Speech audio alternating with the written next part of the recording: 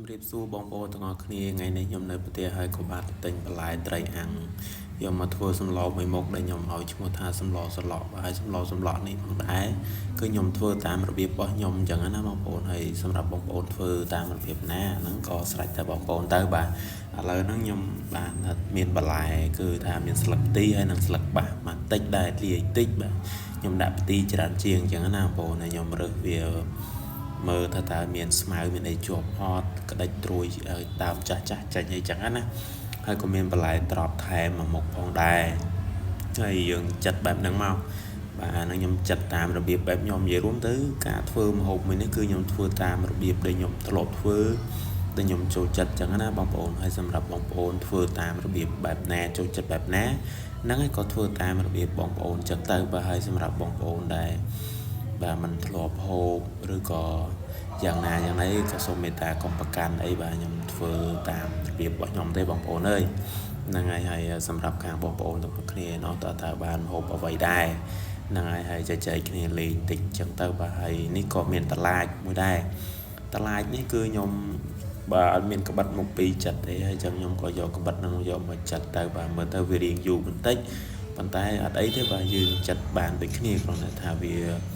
ចំណាយពេលរៀងយូរជាងពេលយើងមានក្បិតមុខពីរចិត្តស្បអញ្ចឹងណាហើយតឡាចនេះគឺខ្ញុំចាត់បែបហ្នឹងឯងបាទហើយសម្រាប់បងប្អូនចាត់បែបណាក៏តែបងប្អូនទៅបាទ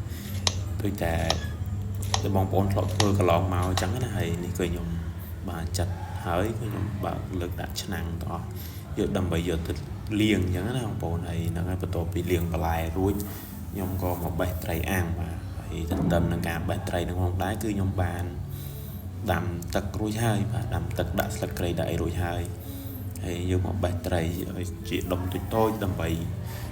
ងាយស្រួលនៅក្នុងការយើងហូបអញ្ចឹងហើយត្រីអាំងឆ្អិនស្រាប់ផងអញ្ចឹងដាក់ទៅមានសាច់ទេបងប្អូនឲ្យបែកអស់លីងមកកោម្ដងតិចទៅមានសល់អីទេបាទហើយយើងបេះជាចំណិតតូចដុំតូចអញ្ចឹងមកបាទបងប្អូនបេះមិនបេះទៅបាទបេះចង់ទុកឲ្យធំក៏បានតូចក៏បានដែរប៉ុន្តែសម្រាប់ខ្ញុំគឺខ្ញុំធ្វើបែបហ្នឹងឯងហើយក្បាលគឺខ្ញុំអត់បានដាក់ទេគឺខ្ញុំចោលខ្ញុំដាក់តែសាច់ត្រីវាទេក្បាលខ្ញុំអត់ដាក់ទេខ្ញុំបោះចោលអញ្ចឹងណាហើយនៅនេះយើងនៅបន្ទប់ជួចហើយយើងអត់មានឆ្មាមានឆ្កែអីឲ្យទេអញ្ចឹងមានដាក់ចូលធុងសម្រាប់ទាំងអស់ហ្នឹងឯងបាទហើយបន្ទាប់ពីបេះត្រីរួចមកខ្ញុំក៏នេះប្រហុកបាទប្រហុកយកមកដាក់ទុកជ្រុំបាទប្រហុកហ្នឹងជ្រោបប្រហុកណាដែលក្លិនដែលវាមានក្លិនស្អុយខ្លាំងបាទដើម្បីដាក់ឲ្យក្នុងសម្លអញ្ចឹងទៅវាមានក្លិនឈ្ងុយឆ្ងាញ់អញ្ចឹងណាហើយប្រហុកយើងយកមកដាក់វែកដាក់ចឹងមកបាទដើម្បីឲ្យយើងងាយស្រួលយកមកជ្រុំឲ្យវាផុយសាច់ឲ្យបាច់សាច់ណាផុយសាច់មកយកមកជ្រុំមកបាទបើយើងមានអ្នកកត្រងជ្រុំក៏ធ្វើតាមនោះទៅប៉ុន្តែខ្ញុំដាក់ចេះវិញដើម្បី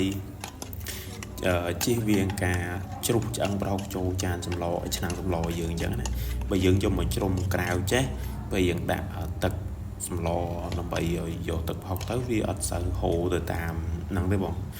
ឆ្អឹងប្រហុកវានៅក្នុងចានវាអត់សូវហូរទៅតាមទឹកទេអញ្ចឹងភាគរយទៅវាទៅតាមទឹកវាតិចបំផុតបាទបន្ទាប់មកក៏ខ្ញុំដាក់បន្លែត្រប់ហើយនឹងបន្លែចូលមុនបាទឲ្យវាពុះតិចហើយបាទមកពុះហើយបាទខ្ញុំដាក់ប៊ីចេងស្ករបាទអំបិលខ្ញុំដាក់មួយចុងស្លឹកព្រាបន្តិចបាទអំបិលយោតព្រោះវាប្រៃខ្លាំងអំបិលយោតហើយស្ករខ្ញុំដាក់កន្លះស្លាបព្រាបាយប៊ីចេងកន្លះស្លាបព្រាបាយហើយក៏ដាក់ត្រីចូលបាទហើយក៏សូមអធិស្ឋានផងបើសិនជាខ្ញុំបញ្ចូលសលេងទៅឬសំឡេងរំខានពីខាងក្រៅដោយសារតែ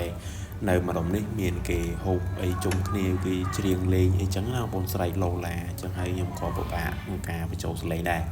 ឥឡូវសម្លខ្ញុំបានឆ្អិនហើយខ្ញុំដួសដាក់ចានមកដើម្បីធ្វើការបរិភោគហើយសូមបញ្ជាក់ថាខ្ញុំនៅតែឯងទេអញ្ចឹងសម្លខ្ញុំធ្វើរៀងតិចបាទធ្វើសម្រាប់ហូបម្នាក់ឯងអញ្ចឹងណាបងប្អូនបាទហើយឥឡូវសូមបងប្អូនទស្សនាជាមួយនឹងខ្ញុំទាំងអស់គ្នា